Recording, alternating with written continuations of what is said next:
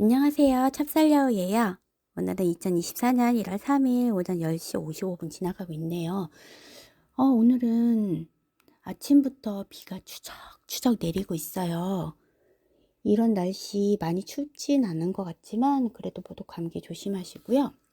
오늘은 뉴스 말고 비가 오는 김에 비에 대한 괴담을 조금 둘러보다가 제가 세계에서 가장 무서울 만한 장소를 우연히 검색을 해보게 됐어요. 그래서 나와 있는 내용을 한번 소개해 보고자 합니다. 근데 뭐 이거의 기준은 뭐 무작위 추천이니까 뭐 꼭 맞다, 아니다 뭐 할 수는 없겠죠.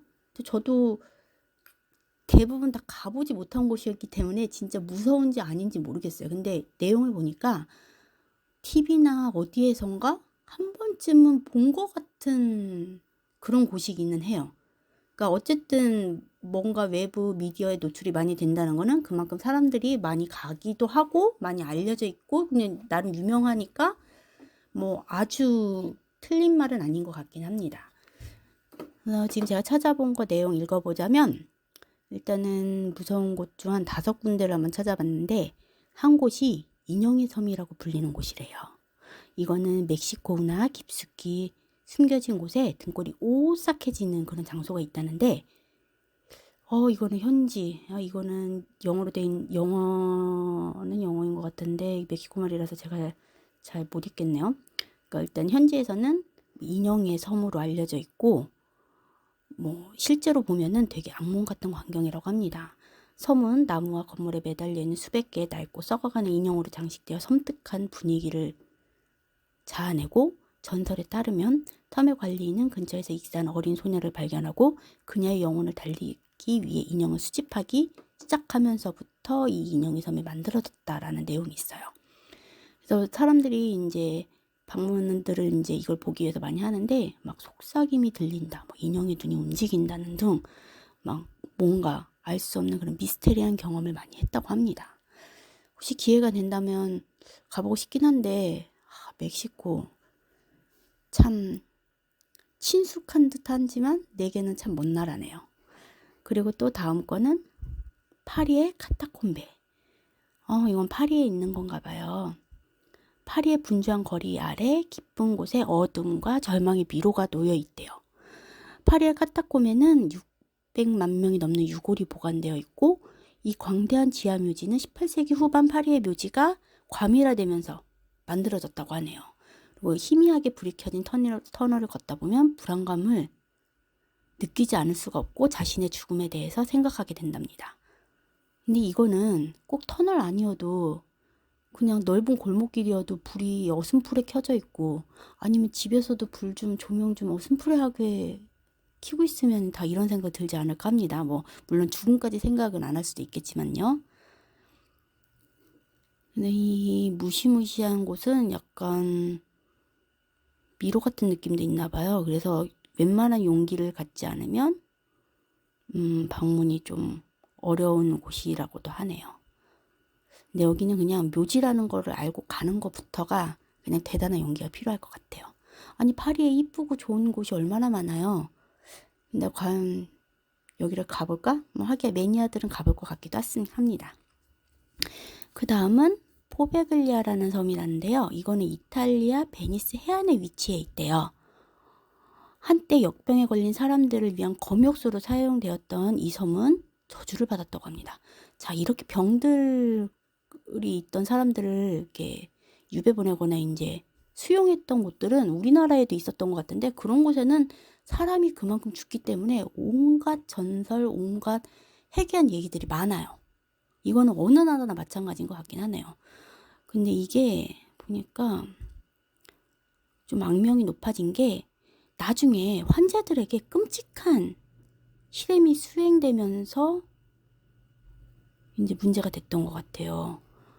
이게 현지인들의 생각에서는 섬에서 고통을 받고 죽은 사람들의 영혼이 오는 날까지도 여전히 섬을 떠나지 못하고 있다라고 믿는데요. 낡은 건물과 으스스한 분위기의 포베글리아 섬은 공포의 장소로 만듭니다. 그렇죠. 사람도 많이 죽었고. 그리고 거의 여기에서는 그냥 멀쩡한 사람은 안 사는 것 같아요, 느낌상. 그리고 다음은 호이아 바치우 숲이라는 곳인데요.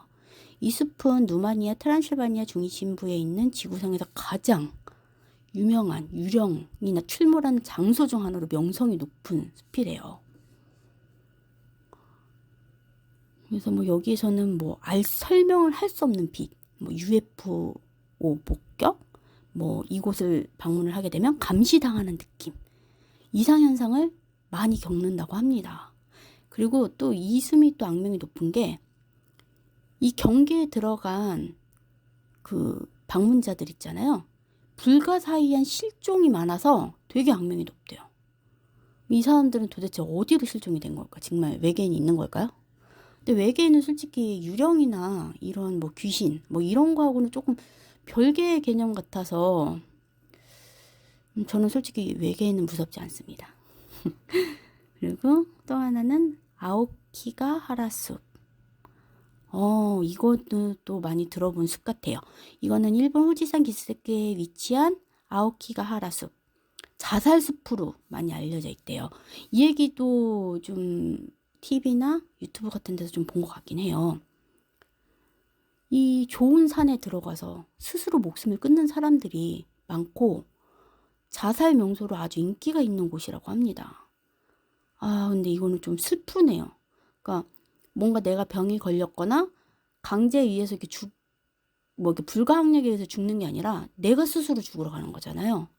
그래서 이거는 조금 무섭다기보다는 되게 슬프고 막 좀 절망적인 그런 느낌이 들 것 같긴 합니다. 마음이 좀 불안정할 것 같기도 하고요.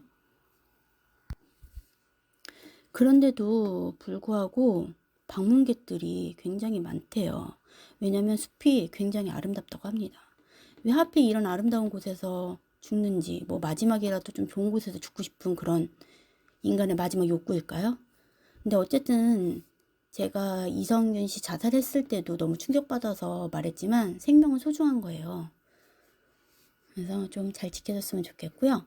제가 일단 이렇게 찾아봤는데 여러분들도 한번 찾아보세요. 그리고 한 번씩 검색해보면 다 유명한 곳들이라서 웬만한 참고 자료로 쓸만한 사진들이 많이 올라와 있습니다. 한번 보시고요.